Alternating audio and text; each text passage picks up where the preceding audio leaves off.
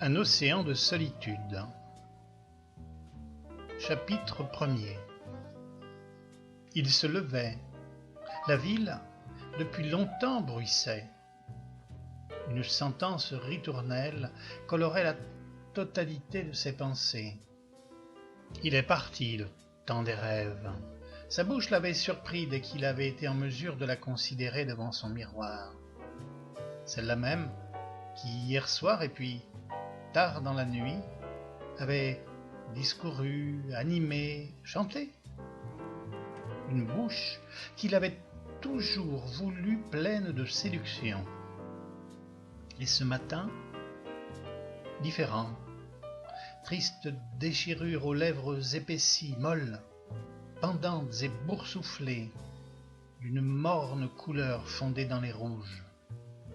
Les poils parasés, ajoutant à son sinistre aspect. Ce matin n'était pas son matin. Bien sûr, il avait un peu abusé. Bien sûr, il n'avait plus 20 ans. Juste le double. Quand même, n'était pas encore venue l'heure de payer, c'était trop tôt. Pourtant, quand il ouvrit cette bouche, que ses dents jaunies de trop de tabac se dessinèrent, la pénible impression se confirma. Vite, un peu d'eau fraîche et repartir. Le bruit du phoque dans une poignée d'eau et repartir. Repartir pour un autre jour. Il savait que le réveil n'était que la caricature, que ce moment ne le servait pas. Il savait aussi que tout allait s'effacer, qu'il reviendrait à la beauté. Enfin, sa beauté. Passant devant le lit défait, il se demanda s'il était rentré seul. Ce ne fut pas l'évidence. Il commença alors de vraiment s'inquiéter. Le front tourmenté, écrasé contre la vitre, gobant la fraîcheur de l'encore hiver, il fronça fortement les yeux, les serra si fort qu'il en eut mal, si mal qu'il commença de réellement comprendre que sa tête était lourdement meurtrie, de vacarme, de malaise, et qui encore tournait. Que malaise! Pas bien du tout. Les yeux toujours fermés, il essayait douloureusement de se remémorer. Chez Franck et Léonie, ils avaient dîné, lui juste un peu allumé. Des potes l'avaient ramassé à la sortie de son boulot. Mais pourquoi disait-il boulot? Putain de boulot. Bien sûr, ils avaient trouvé le bon prétexte. Mais lequel était-ce déjà? Avait-il besoin de prétexte? Ah oui, Martine et ses 32 ans. Tout était parti de là. Au début, il se souvient bien. Il était dans le bain, il se sentait un peu ballonné, pas dans le cou. Ça arrive. C'est même vrai que ça lui arrive plus souvent à présent. Et puis ça passe. C'était passé. Alors Martine, et que je t'arrose, et puis celle du patron, enfin, la Kyrielle. Bon, mais c'était vendredi, quoi. Et ce matin, pas de boulot, normal. Quand même, il a mal à présent. Putain de crâne. Il heurte son front contre la vitre, et de plus en plus vite, et de plus en plus fort, en cadence accélérée. Putain de crâne. Hier soir, quand même, il n'est pas rentré tout seul. C'est là maintenant tout ce qui le préoccupe. C'est grave de ne plus se souvenir à ce point-là. Et puis sa tête, tout à l'heure dans ce miroir, il doit se souvenir, se rassurer. Il sait bien en fait qu'il n'est pas rentré tout seul. Du fond de son brouillard, la certitude l'assaille. Mais il n'est guère capable d'y associer des images. Qui était-ce? Il arrête de taper la vitre et retourne vers la salle d'eau.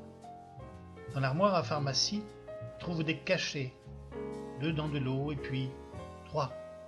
Il faut que ça lui fasse de l'effet.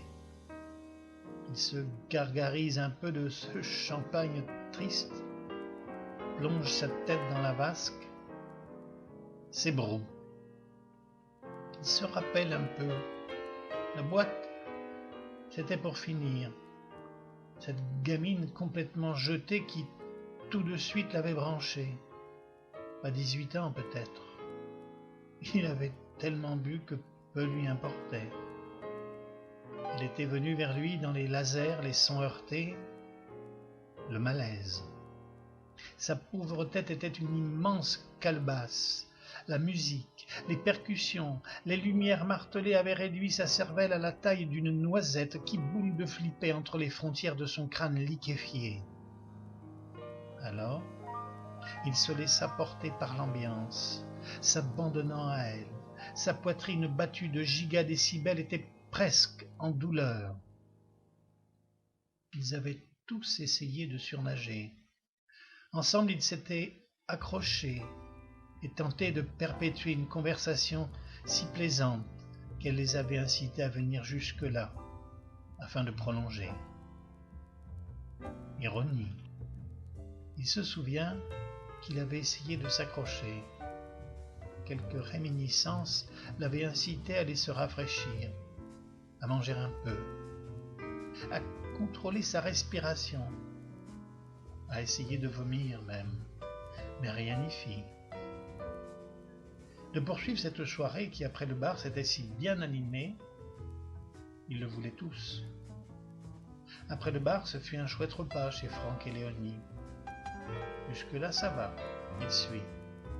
Franck, il n'est pas trop cuisine, juste un peu vaisselle-ménage pour lui faire plaisir. Elle cuisine bien, mais le soir, pas envie, alors un coup de fil.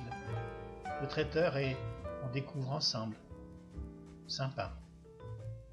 Après, quelques autres étaient arrivés. Il se souvient toujours, il était bien, très bien. Il ne les connaissait pas tous, mais le courant était vite passé. Chacun avait amené son quelque chose. Ensemble, ils déballaient, consommaient, tous ensemble. L'ambiance, quoi. Il faut dire que Léonie sait y faire, si Franck est un peu ours. Le cadre est chaleureux, du bois, des briques, du vieux, du moderne et des couleurs, quelques tableaux sur des fonds clairs, des lumières adaptées. Pas de musique, que celle des mots qui rebondissaient entre eux. Pas d'aparté, ou si peu. Léonie y veillait. Un peu d'alcool et un peu et un peu. Un peu de lieu, un peu elle. Quelques bons mots et plus ça va, plus il rit. Lui y avait pris sa part, et dans les rires, et dans les saillies qui les provoquaient. Saillies. Sympa, oui, sympa. Jusque-là, sympa. Il repasse devant le miroir. Sa tête est toujours défaite. Mais il voit qu'elle commence à échapper un sourire. Il change tout, ce sourire. Entre les poils piquants, les tissus avachis et la bouche alcoolique. À bien y regarder, il faut dire le mot. À travers ses dents jaunies, c'est quand même un sourire. Et tout change. Il reste de la vie, sa vie. Sa vie, c'est vrai qu'hier soir il l'avait partagée. Les images, seulement les images, commençaient de lui revenir. Son sexe, flasque, battant contre sa cuisse, se rappelait à lui. Douloureux, un peu douloureux. Par lui, il commence de se souvenir. Une douche, une bonne douche, voilà ce qu'il lui faut à présent. L'eau qui ruisselle sur son corps fatigué, encore jeune mais usé de ses excès, réveille un peu son animalité, son pauvre corps. Il s'essuie les yeux.